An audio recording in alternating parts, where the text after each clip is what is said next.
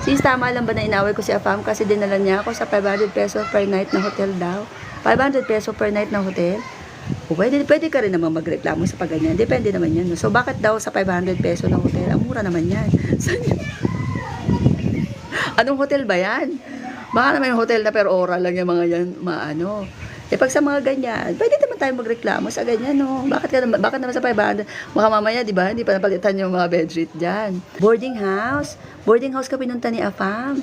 Anong nationality ni Afam mo? Bakit naman sa boarding house? Sana man lang nag-ano na ng Airbnb na lang kayo. Syempre yung 500 na rate, no? Medyo ready ka na dyan. Baka may surot. Pa ganoon.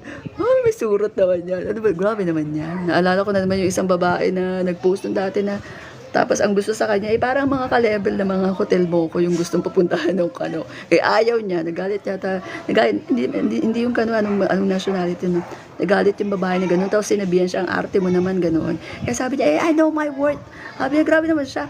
Hindi niya pala afford yung gano'n. Bakit pa siya makikipag-meet up, makikipag-gano'n o ganyan. Napakakuripot daw, kaloka. Kanya-kanya naman tayo kasi ng desisyon sa buhay, no? Kung okay ka na, dun sa ganun lang, sige go, di ba? Kung dun ka happy, Pero, di ba, don't take it against dun sa mga iba na ayaw. Yung may minimum na, requirement, di ba? Kanya-kanya nga kasi tayo ng ganyan. Kaya ako minsan, di ba? Yun nga, let's be happy na lang kung anong opinion ng iba sa iba. Kaya wag na tayo mag-aawayan. Like yung dito, no, shout out nga pala sa mga ibang pag nagko-comment kayo sa mga videos ko. Huwag kayong mangangaway ng mga iba. Kasi